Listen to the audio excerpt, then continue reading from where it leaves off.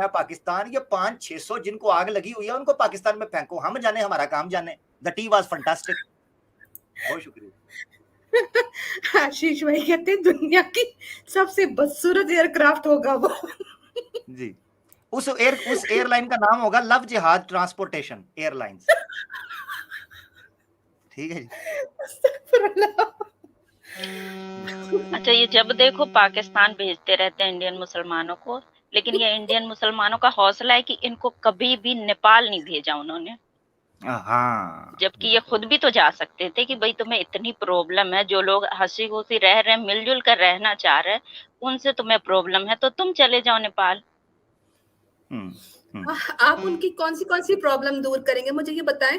आमिर भाई इतने प्यार से उसे बात करे तो कि तुम जैसा लगता है तुम दिल में मुझे गालियां दे रहे हो। अब उसको आमिर भाई का बहन कहना भी गाली फील हो रहा था दिल में। तो इनको क्या क्या वहम नहीं आते होंगे कि ये मुसलमान लड़का गुजर रहा है, शायद इसको मैं पसंद आ गई हूँ, शायद इसका मेरे पे दिल आ गया है, शायद ये मुझे भगा के ले जाएगा, शायद ये। इनके वहम का इलाज जो है ना वो मुसलमानों के पास नहीं है। और इन्होंने फिर नहीं, आखिर में ऐसा भी तो हो सकता है, शायद की जगह काश हो, ये भी तो हो सकता है। काश हो। हाँ, बिल्कुल, ये असल चीज काश, ये मैं कहने लगा था कि उसकी जो जुमले थे उससे मुझे ये लग रहा था कि वो बेसिकली मना नहीं कर रही, वो अपील कर रही है, डिमांड कर रही है, वो ये कह रही है कि मुझे सिंपैथी शो करे। जब मैं इसको कहूँ ये मुझे प्यार से, ये मेरी स्ट्रीम में जुम्मे को होती तो मैं इनसे ज्यादा थोड़ा सा प्यार से बात करता। तो बेसिकली पूजा पूजा अजी सुनती हो, ये जुम्मे को आ जाइएगा प्लीज। बहुत शुक्रिया। हाँ, आपसे प्यार मोहब्बत से बात करेंगे। बहुत शुक्रिया जी। जी सुनती हो, रामू की माता बबलू की जाने दे, मैं सिस्टर से, आप लोग अपना जारी रखें। अलीना आपी ने नाम भी रखना शुरू कर दिया अभी से। अरे हम अब उन्होंने हमारे पर वैसे ही नाम थोपना होता है, कोई ना कोई लेबल लगा रहे तो फिर करके ही दिखा देते। जब बदनाम ही करना तो फिर करने दो हमें, फिर आमिर भाई को सेट करते हैं, भेजते हैं। एलिना सिस्टर आने तो दो उनको, उनका जहाज उतरने तो दो, फिर बात करेंगे ना। ये सारी संडियां पकड़ानी है हमारी भाभी बना के तुम लोगों ने, आग लगा दो। नेक्स्ट कॉलर को लेते हैं। बस हमारे पास अब टाइम ज्यादा नहीं है, आधा घंटा है, 3 कॉलर्स हमारे साथ हैं, उन्हीं को ऐड कर लेते हैं। हयात शरीफ हमारे साथ मौजूद हैं। जी भाई, अस्सलाम वालेकुम। वालेकुम अस्सलाम सिस्टर। मेरा एक पर्सनल एक्सपीरियंस है कि मेरी फ्रेंड थी, उसने हिंदू लड़के से शादी की थी। 2 बच्चे होने के बाद उसके शौहर का मर्डर हो गया, खुद के उनको रिश्तेदारों ने कर दिया। आवाज आ रही है? जी आ रही है। फिर उसने इस्लाम कबूला और 2 बच्चों को मदरसे में डाला हमने सबने मिलके। ये अपने खुद के सगों के नहीं होते, खुद का वो लड़की की शादी करने के बाद 5 साल भी जीना नहीं कर पाई, उसका मर्डर कर दिया उस लड़के का। और ये कहते हैं मुसलमान लव जिहाद करते हैं, ये खुद के साथ क्या कर रहे हैं उनको ये वही पता नहीं। सही कह रहे हैं। अभी भी केस कोर्ट में चल रहा है उसका, अभी तक विक्टिम को सजा नहीं हुई। अच्छा हयात भाई, एक बात मैं कहता हूँ, असल में ना मुसलमानों के खिलाफ मुख्तलिफ विंडोज के जरिए प्लानिंग करके कुछ ट्रैप्स बिछाए गए हैं, और किसी मुसलमान को भी पकड़ना हो ना तो उसके ऊपर सर्टन किस्म की आप केसेस चिस्पा कर दो, तो मीडिया वैसे का मीडिया ने इतना ट्रायल कर दिया है, मीडिया ने इतना ब्रेन वॉश कर दिया है कि लोग फौरन जज कर लेंगे। मिसाल के तौर पर अगर किसी मोहल्ले के अंदर आपने पाकिस्तान इंडिया के अंदर किसी मुसलमान के ऊपर पर्चा वगैरह करवाना है, उसको फंसाना है, उसके ऊपर ये इल्जाम लगा दो जी ये दहशतगर्द है, उसको उठा के ले जाएंगे। उसके बारे में ये कह दो जी ये लव जिहाद के अंदर मुलव्वस है, वो आपको उसको उठा के ले जाएंगे। यानी ये बकायदा प्लांट किए गए हैं, ये माइंस हैं, माइनिंग की गई है, माइनिंग मुसलमानों के घरों के बाहर उनके मोहल्लों में माइनिंग की गई है, उनकी सोसाइटीज में, कि जैसे ही वो इनके खिलाफ को बात करने लगे उनके ऊपर पर्चा कट जाए। ये हकीकत मैं आपको बता रहा हूं।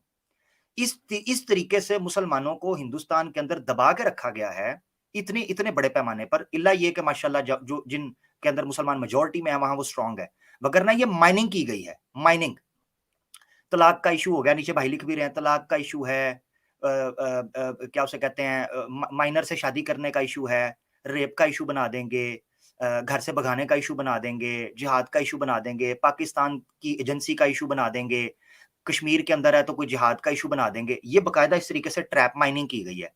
जैसे ही मुसलमान करेगा पूरे के पूरे मीडिया को इन्होंने ब्रेन वॉश कर दी, यानी उस तरीके से ट्रैप किया हुआ है, सेट किया हुआ है माइनिंग, कि वो फ्लड करेगा इंफॉर्मेशन को, पूरे मीडिया के ऊपर ये चल रहा होगा और वो मुसलमान जो है रगड़ा जाएगा। इस तरीके से कालों के साथ किया गया था अमेरिका के अंदर, कि कोई काला उठ के अपने हकूक की बात करता था ना, 80s 60s की बात मैं कर रहा हूं, तो उसको रेगन के जमाने के अंदर भी, कैनेडी के जमाने के अंदर भी, उससे पीछे भी, बकायदा इसकी डॉक्यूमेंट्री मैंने बताया था मौजूद है नेटफ्लिक्स के ऊपर 13th, आप देखें क्या करते थे CIA वाले, FBI वाले क्या करते थे, किसी काले को उठाना होता था, कहते थे ये ड्रगी है, ये ड्रग सेल करता है, ये ड्रग माफिया, उसको उठा के अंदर फेंक देते थे। सारा मीडिया ने इस तरीके से प्लान किया होता, रेडियो पे, खबरों पर, सबको यकीन हो जाता था काला इसका मतलब है ये रेपिस्ट है, ब्लैक इसका मतलब है ये ड्रग माफिया है, काला इसका मतलब है ये मर्डर करेगा, काला ये रॉबर है। इसीलिए वो आज तक बेचारे नारा मारते हैं ब्लैक लाइव्स मैटर। कालों की जिंदगी भी आज तक 21वीं सदी के अंदर भी, ये कोविड के दिनों में उन्होंने निकल कर एहतजाज किया था। इसी तरीके से मुसलमानों को इस तरीके से उनके इर्द गिर्द माइनिंग की गई है, मुख्तलिफ ट्रैप से जाकर, सारी जिंदगी वजाहतें करते रह जाएंगे, सारी जिंदगी ये कहते रहेंगे बेचारे कि भाई हमने ये नहीं किया, हमने नहीं किया, इन्होंने इसको इस तरीके ट्रैप किया। इल्ला माशाअल्लाह के मुसलमान हिंदुस्तान के बेदार हों, कोई लीगल एक्सपर्ट्स आए और डट के मुकाबला करें वंस एंड फॉर ऑल, अपने कानून के लिए, कॉन्स्टिट्यूशन के अंदर रहते हुए अपने राइट्स के लिए उठ के मुतालबा करें कि यार हम पर ये प्रोपेगेंडा बंद कर दो, वरना ये इसी तरीके से खाते रहेंगे। मैं आपके जरिए एक बात कहना चाहता हूँ हमारे मुस्लिम माँ बहनों से, कोई भी बात हो अपने माँ बाप से बात करना चाहिए। ये हमारे माँ बाप भी बच्चों से बात नहीं कर रहे, बहुत कम बात करते हैं, कोई भी विचार के बारे में बात नहीं करते, यही दिक्कत है। हाँ बिल्कुल ऐसे ही ठीक है हयात भाई, ओके, बहुत शुक्रिया हयात भाई ज्वाइन करने के लिए, अपनी राय देने के लिए। नेक्स्ट टाइम पे ज्वाइन कर लीजिएगा। अस्सलाम वालेकुम। लास्ट कॉलर हैं आमिर भाई हमारे, सैफ भाई हैं, और उसके बाद हम प्रोग्राम एंड कर देंगे। जी सैफ भाई। एक नीचे एक्स हिंदू भाई नजर आ रहे हैं, अगर वो ज्वाइन कर लें तो उनको ले लीजिएगा, अदरवाइज आप कैरी ऑन रखें। जी बिल्कुल, मैंने उन्हीं को लिंक दिया है। जी, जो एक्स हिंदू भाई हैं आप ज्वाइन कर सकते हैं, सिर्फ मैं आपको ही ऐड करूंगी और कोई नेक्स्ट कॉलर नहीं होगा। जी सैफ भाई माइक अनम्यूट कीजिए।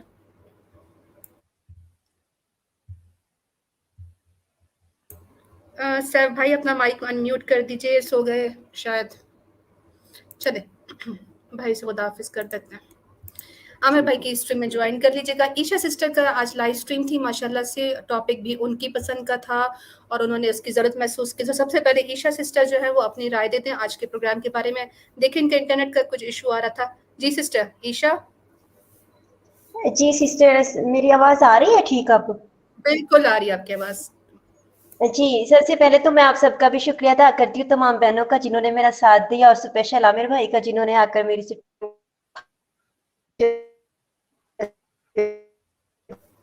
ईशा आपकी आवाज पे चली गई है। ईशा दोबारा से ज्वाइन कर लो सिस्टर आप। बहुत शुक्रिया ईशा की, जो बात हमें समझ तो आ गई और इसमें शुक्रिया की क्या बात है। एक ही घर है, हम सब भाई बहन आपस में हैं और हम आपकी सपोर्ट नहीं, हम अपनी ही अपने दीन की के लिए सब जमा हुए हैं और हमारा रिश्ता वहीं से है। अनुषा सिस्टर आपको मैं स्पेशली थैंक यू बोलूँगी कि आपने मेरा काफ़ी सारे हेल्प की इस आज के प्रोग्राम कंडक्ट करने में। मुझे तो पता भी नहीं था, माशाल्लाह आपने सारे काम कर डाले।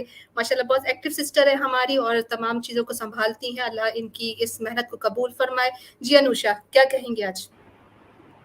जी सिस्टर, आज तो मैं आपका बहुत बहुत शुक्रिया कि आपने मुझे इस काबिल समझा, तो मैंने आपके सारे काम किए और अल्लाह के फजल से, और आपने जो है बहुत कुछ सिखाया मुझे, जिसकी वजह से आज मैं यहाँ हूँ। और इस प्रोग्राम के बारे में तो यही कहूँगी कि मुझे तो ये सारा जो है वो खेल लगता है इंडियंस का, कि जो मुसलमानों के खिलाफ ये लोग कर रहे हैं, मुसलमानों को इतना तंग किया हुआ है इंडिया में। और ये सिर्फ इसीलिए है कि मुसलमानों के जैसा कि ये जो सिस्टर आई थी पूजा, कि मुसलमानों को उठा के बाहर फेंक दो, तो ये लोग यही चाहते हैं, यही कर रहे हैं। इसी वजह से मुसलमानों को बदनाम कर रहे हैं ताकि मुसलमान परेशान हो जाएं और वो अपने लिए कुछ बोल तो नहीं सकते, लेकिन हम बोल रहे हैं।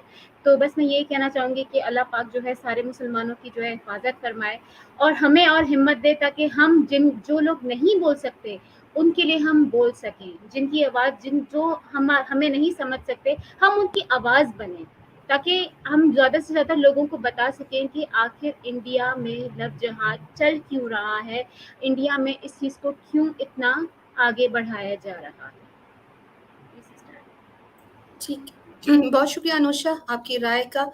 और वैसे तो ये एक फिनोमेना है, एक प्रोपेगेंडा है जिसकी कोई हकीकत तो है नहीं, अफसाना ही है लव जिहाद, ऐसा कुछ भी नहीं है, बस अपनी दुमें बचाने के लिए एक तरह का लेबल बनाया गया है। डॉक्टर मोमिना से जो है वो आज मेरी बात हो रही थी, माशाल्लाह जब इन्होंने ज्वाइन किया तो इनको पता ही नहीं था कि आज का टॉपिक क्या है, और माशाल्लाह से फिर भी ये हर दफे हमारा इसी तरह साथ देती हैं और स्ट्रीम में शामिल हो गई, और फिर जिस तरह जज्बात के साथ और जज्बे के साथ हमारी सिस्टर बात करती हैं, माशाल्लाह से हमारी वन ऑफ द बेस्ट हमारी स्पीकर्स हैं डॉक्टर मोमिना। अस्सलाम वालेकुम, क्या कहेंगे आज के प्रोग्राम में? बहुत एनर्जेटिक हैं डॉक्टर मोमिना, माशाल्लाह, अल्लाह सलामत रखे। जी वालेकुम अस्सलाम। और वाकई मुझे अंदाज़ा नहीं था, क्योंकि मैं पूछ रही थी कि जिहाद के बारे में, और जिहाद तो हमारे जहनों में बहुत बड़ी चीज़ आती है कि जिहाद, लेकिन उन्होंने और बड़ा ज़बरदस्त ये आपने बताया ना कि जो प्रोपेगेंडा चला है, फिर मैं थोड़ी सी इसकी रीडिंग भी करने लगी, थोड़ी सी रिसर्च भी कि क्या चल रहा है, और वाकई इतनी आगे है कि जिहाद ही बना दिया उन्होंने, लव जिहाद जो लेकर और लव के साथ बना दिया है, और इस पे पूरा प्रोपेगेंडा है, पूरा काम हो रहा है, मीडिया भी इसमें इन्वॉल्व है। और एक वो जो बात की आमिर भाई ने भी कि पूरा माशरा जब इन्वॉल्व हो जाता है, क्योंकि हम ये नेशनलिज्म की बात कर रहे हैं, जब बात की जाती है ना, छोटी छोटी बात लेकर आ रहे हैं कि आपके यहाँ पे या किसी घर की बात हो रही है, लोग अपनी पर्सनल बात कर रहे हैं, तो वो एक अलग चीज आती है। जब नेशनल लेवल पे एक बात हो रही है, काम हो रहा हो और एक पूरा प्रोसेस चल रहा हो, और ऐसा प्रोपेगेंडा जिसको हकीकत का नाम भी दिया जा रहा हो और फिर उसको किसी मजहब से जोड़ा जा रहा हो, तो उस पर बात करना भी बहुत जरूरी है, उसको खत्म करना भी जरूरी है, और ये जो गलत कॉन्सेप्ट लोगों के दिमागों में बने हैं उसको ठीक करना भी जरूरी था। तो मुझे खुद भी बहुत अच्छा लगा, बहुत मजा आया, मैंने पूरी स्ट्रीम को एंजॉय किया कि वाकई ये चीजें हमें नजर आ रही हैं जो शायद जो एक आम बंदा है जो सीधी सिंपल लाइफ गुजार रहा है और उसको नहीं लगता कि ये इतना बड़ा एक मसला है जिसको हल करना जरूरी है। तो अब भी होश के नाखून ले लेना चाहिए वहां पे जो मुसलमान हैं, और जो हिंदू महिलाएं भी हैं वो भी जरा देखें कि क्या हो रहा है। आपका माशरा भी खराब होगा, आगे नस्लें भी खराब होंगी, और वो जो कहा जाता है कि वो सदियों तक चलता है और नस्लों को भुगतना पड़ता है, तो इसका ख्याल कीजिए और अब भी रुक जाइए इस एजेंडे के तहत जो काम कर रहे हैं। बाकी माशाल्लाह जबरदस्त, सबने बहुत अच्छा बताया, और आमिर भाई ने जिस तरह ज्वाइन किया, और हमारे लिए वो हर दफा ना एक तारीखी हो जाता है, हिस्टोरिकल पॉइंट जिसे हम कहते हैं, तो वो भी आ गया। वो जो महिला आई थी तो उन्होंने भी अपनी राय दे दी, जिससे हमें और अच्छी तरह अंदाजा हो गया कि बैकग्राउंड में क्या चल रहा होता है। जी बिल्कुल ठीक डॉक्टर मोमिना। हमारी प्रैक्टिसिंग मुस्लिमा सिस्टर से कमेंट लेते हैं आज का। जी सिस्टर। सिस्टर प्रैक्टिसिंग मुस्लिमा, आपका माइक अनम्यूट है, करें प्लीज। आप नहीं करें मिस सिद्दीका, टाइम बड़ा कम है, मिस सिद्दीका आपकी तरफ चलते हैं। जी, तो आज की स्ट्रीम माशाल्लाह अच्छी रही है, और जिस तरह से ये लोग अफ़वाहें फैलाते हैं, ये है कुछ नहीं, बस इन्होंने अफ़वाह फैलाया है जो पहले से होता रहा है, और अल्हम्दुलिल्लाह मर्द हज़रात भी और नौजवान लड़के भी और लड़कियाँ भी इस्लाम में दाखिल होते रहे हैं।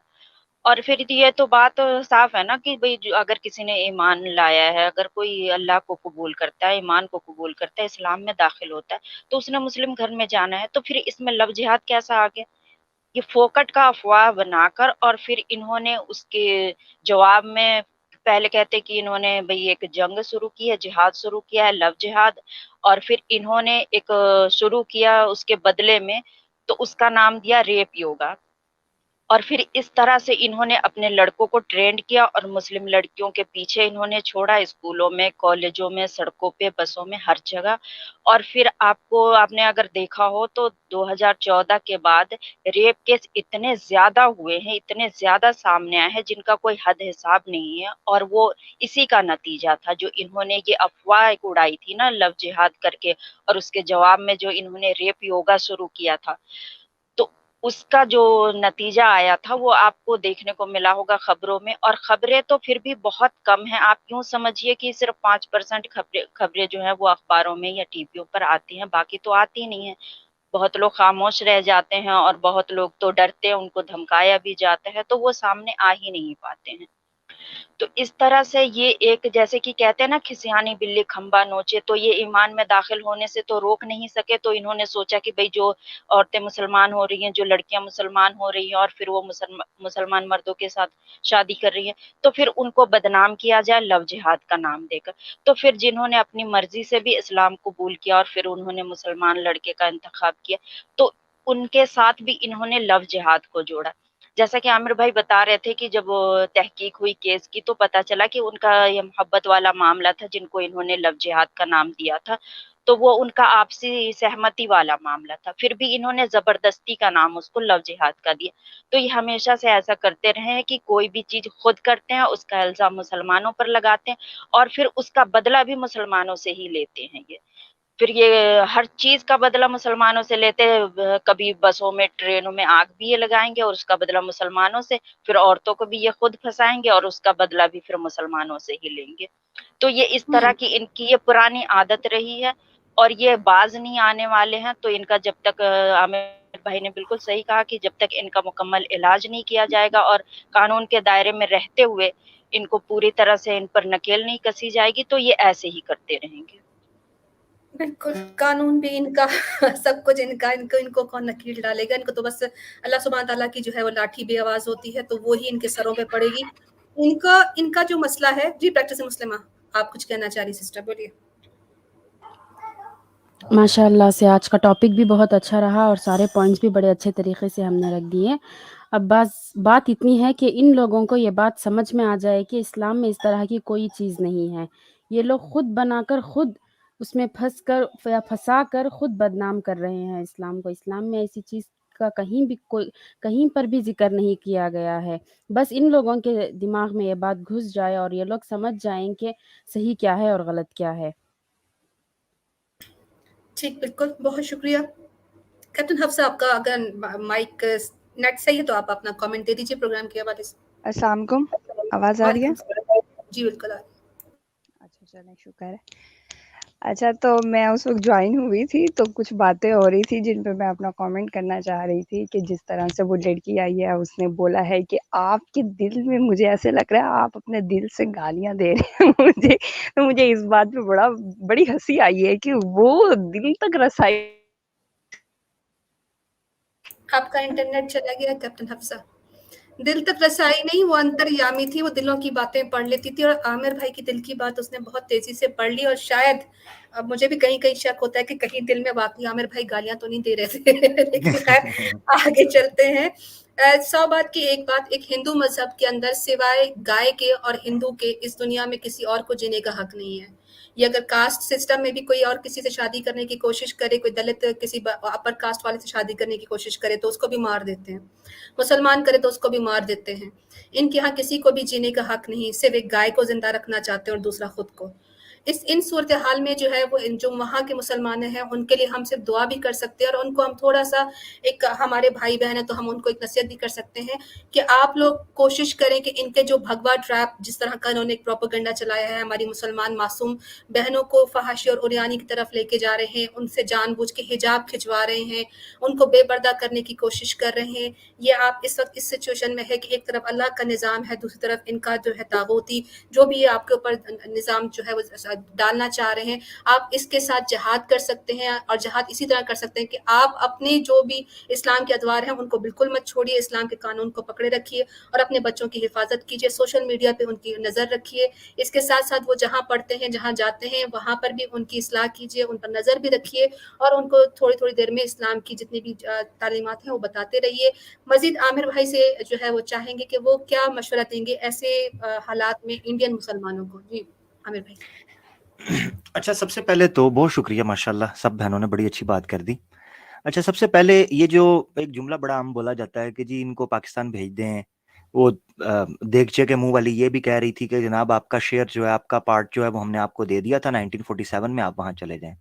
भई ये तुम्हारे बाप-दादा को नहीं पता था, तुम आज बखरी आ गई हो। उस वक़्त कांग्रेस के अंदर क्यों मुसलमानों को राजनीति करने दे रहे थे? उनको रोका था ना, इसलिए रोका था कि उनका हक था। उनका हक था। और तभी कांग्रेस के अंदर वो पार्टिसिपेट भी कर रहे थे, मौलाना अबुल कलाम आज़ाद हों या दूसरे जमीयत उलमा हिंद हों उस वक़्त के, ठीक है? वो लोग कर रहे थे अलहदा तौर पर भी और कई लोग आगा शोरश काश्मीरी साहब बहुत बड़े सहाफ़ी थे, अदीब भी थे, पॉलिटिकल लीडर थे। वो खिलाफ थे तक़सीम के। कई लोग मुसलमान खिलाफ थे। वो वहाँ रुके, कई बाद में आ गए। सवाल ये उठता है कि आप लोगों ने अगर खुदा ना खास्ता इस तरह की बदतमीज़ी और बदकलामी और तमाशबीनी करनी भी थी, तो आप उसी वक़्त करते ना। अच्छा, उस वक़्त तो जा रहे थे जो हिजरत करके, जो माइग्रेट करके हैं, उनकी तो पूरी की पूरी ट्रेनें काट दी आपने। मैं उस हकीकत में जा नहीं रहा या उस डिटेल में जा नहीं रहा, ठीक है? तो उस वक़्त आप लोग किधर थे? उस वक़्त जो आता था उस वक़्त काट देते थे उसको। पूरी-पूरी ट्रेनें जो हैं भर के आई हैं, कटी हुई, छोटे-छोटे बच्चों को मार दिया गया है। तो आप लोग उस वक़्त भी नहीं करने, आज भी अगर खुदा ना ख़ास्ता आप लोग इस तरह की बात करते हो, तो आपका मकसद यही है कि आप मार-काट की बात करते हो, उसके अलावा कुछ भी नहीं। तो मुसलमान जो हैं, वो हिंदुस्तान के अंदर बड़े अमन से, इंडिया के अंदर बड़े अमन से रहना चाहते हैं, उनको अमन से रहने दें। वो अपने हकूक प्रैक्टिस करना चाहते हैं, अपनी शरिया को प्रैक्टिस करना चाहते हैं, जो हिजाब है, नमाज़ है, ये चीज़ें, उनको वो करने दें। ये बात ना करें कि निकलने की बात है, आपके बाप-दादा ने ये बात नहीं की थी, आप उनसे 1.5 शाने ज़्यादा बन गए हैं कि जी उनको वहाँ भेज दो। उन्होंने तो नहीं कहा कि भेजना है, नंबर 1। नंबर 2 बात ये है, इससे बचने का तरीका सिंपल और सिंपल मैंने आपको ये चीज़ बताई है कि माँ-बाप इस वक़्त सबसे अहम किरदार अदा कर सकते हैं। मुसलमान उलमा को इंडिया के, वो चाहिए कि वो कंसल्टेशंस जो सेशंस हैं वो रखें। कंसल्टेशन सेशंस जो हैं वो रखें। बाकायदा पूरी की पूरी काउंसलिंग हो। फैमिली स्ट्रक्चर्स को, पूरे के पूरे इलाके को, मिसाल के तौर पर जो छोटी-छोटी कॉलोनीज़ हैं, छोटी-छोटी सोसाइटीज़ हैं, मसाजिद हैं, उनके अंदर मुसलमान जो माँ-बाप हैं, उनकी तरबियत की जाए कि अपने बच्चों को फ़ोकस करवाएँ अपनी सोसाइटी के अंदर। ये सर्वाइवल की बात है। आप अपने बच्चों की शादियाँ मुसलमानों के साथ अच्छी एज के अंदर देखें, उस वक़्त कर दें, ठीक है? क्योंकि यहाँ पर मामलात ख़राब हो रहे हैं। इस तरह की चीज़ें जब तक, क्योंकि हुकूमत लेवल पर तो काम नहीं होना। हुकूमत लेवल का डिमांड हम तब करते जब वहाँ पर कोई ऐसी हुकूमत होती कि जो मुसलमानों को हकूक दे या समझे। वो मुसलमानों को क्या, हिंदुओं को हकूक नहीं मिल रहे वहाँ पर? और खुद वो हिंदू जो बीजेपी के और आरएसएस के और हिंदू राष्ट्र के खिलाफ हैं, ये उनको उठा-उठा के मार रहे हैं, उनको दबा रहे हैं। तो मुसलमानों की क्या हैसियत वहाँ पर ये रखेंगे कानून के एतबार से? तो मुसलमान उलमा को चाहिए वो अपनी ज़िम्मेदारी अदा करें। वो सामने आएँ और वो सोसाइटीज़ के अंदर, गाँव के अंदर, कॉलोनीज़ के अंदर कैंप्स लगाएँ और मुसलमान वालिदैन जो हैं, पेरेंट्स हैं, उनकी इस्लाह करें। जब उनकी इस्लाह करेंगे और उनको बताएँगे कि ये कितनी बड़ी रिस्पॉन्सिबिलिटी है, बच्चों की तरबियत करना, और कल क़यामत के दिन आपसे पूछा जाएगा। औलाद को अल्लाह ताला ने कुरान में कहा है, ये फितना क्यों कहा है? फितना को नेगेटिव वे के अंदर नहीं कहा, फितना इस एतबार से कहा आज़माइश है। इन्नमा अम्वालुकुम व औलादुकुम फितना। ये फितना आज़माइश है। तो जब आपसे पूछा जाएगा कल क़यामत के दिन, माँ-बाप को ये चीज़ बताई जाए। जिनके अभी भी छोटे-छोटे बच्चे हैं, वो मेंटली प्रिपेयर हो जाएँ कि उनको एक बहुत बड़ा काम करना है, अपने बच्चों की अच्छी तरबियत करनी है, उनको दीन इस्लाम से मोहब्बत सिखानी है, ठीक है? ये तवज्जो होनी चाहिए मुसलमान वालिदैन को, ताकि वो उनको बताएँ। तो पहले तो ये बात थी। तो ये, इसके अलावा मुझे कोई ऑप्शन फिल फॉर नज़र नहीं आता, ठीक है? कि अब वालिदैन उलमा काम करें। अच्छा, फिर ये एक चीज़ मेरे सामने आती है। दूसरी चीज़ जो मैं रखना चाहता हूँ वो ये है कि हमारे जो नौजवान हैं, उनके साथ बैठकें रखनी चाहिए स्कॉलर्स की, उलमा की। उनके साथ सिटिंग्स करें। यूथ को ये बताएँ कि उनकी ज़िम्मेदारी क्या है। पहला पार्ट है वालिदैन का, कि जो छोटे बच्चे हैं उनकी तरबियत कैसे करनी है। दूसरा स्टेप है इन सेशंस का उन नौजवानों के साथ जो शादी की उम्र को पहुँचे हुए हैं। हर मोहल्ले के अंदर उलमा को, मस्जिद वालों को, लोगों को पता होता है कि इनके घर का बच्चा 18-20 साल का हो गया है। टीन एज के अंदर जब वो 15 से, यानी 15 साल से ऊपर का जो 25 साल के अंदर के बच्चे हैं, इनके साथ मीटिंग्स करें, ठीक है? इनको बताएँ कि भई आप लोगों की ज़िम्मेदारी क्या है? आप सोशल मीडिया यूज़ कर रहे हो, उसका इस्तेमाल किस तरह करना है?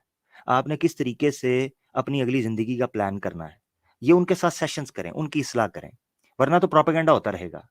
और इसके बाद पूरे का पूरा एक लीगल टीम तैयार होनी चाहिए। इंडिया के उलमा को चाहिए वो ये काम करें कि लीगल टीम तैयार हो जो इन केसेस के ऊपर नज़र रखे कि जिनको लव जिहाद के साथ लिंक करके, जोड़ के मुसलमान कम्युनिटी के ऊपर बम फोड़ा जाता है।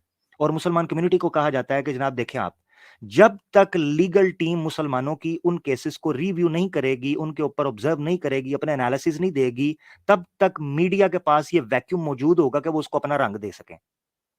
आप तवज्जो कीजिएगा। मीडिया क्यों हर केस को लव जिहाद का नाम दे देता है?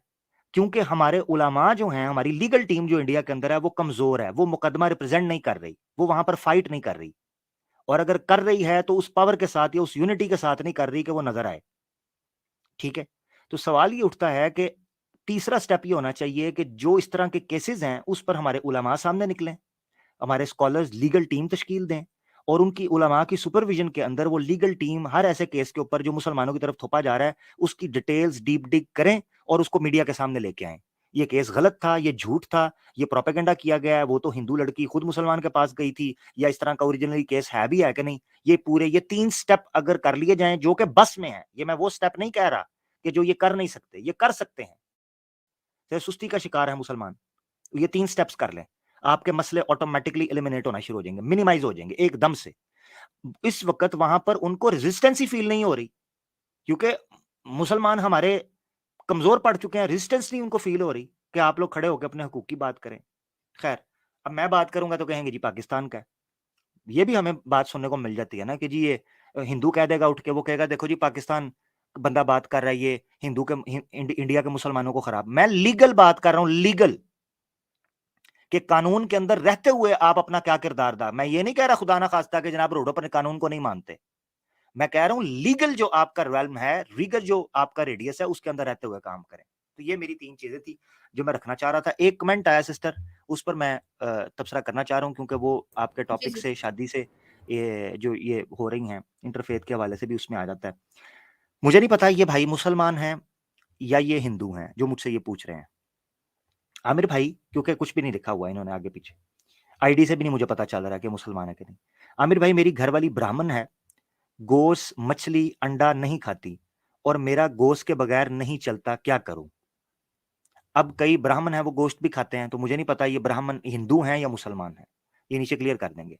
तो भाई आपके पास 2 ऑप्शन है, 2 ऑप्शन है। एक तो अगर आप तो मुसलमान हैं तो आपके पास फिर 2 ऑप्शन है, और अगर आप मुसलमान नहीं हैं तो आपके पास फिर भी 2 ऑप्शन है हिंदू मत के एतबार। तो दोनों सूरतों में 2 ऑप्शन क्या हैं, एक ही जगह पर मैं आपको बता देता हूँ। नंबर 1, सारे काम अपनी बीवी से ना करवाएं, अपने अब खुद भी काम करें। तो आपकी बीवी नहीं पकाती या उसको पसंद नहीं है तो जरूरी नहीं है उसको फोर्स करें, आप खुद जाके पका लें, आप खुद जाके गोश्त पका लें अगर वो नहीं पकाती। हाँ, अगर आप कहें कि उस घर के अंदर, उस बर्तन में या उस किचन के अंदर उसको अच्छा नहीं लगता, वो परेशान होती है, ठीक है, तो भाई इसीलिए इस्लाम ने भी और हिंदू धर्म में भी पोलेगेमी की इजाजत दी हुई है।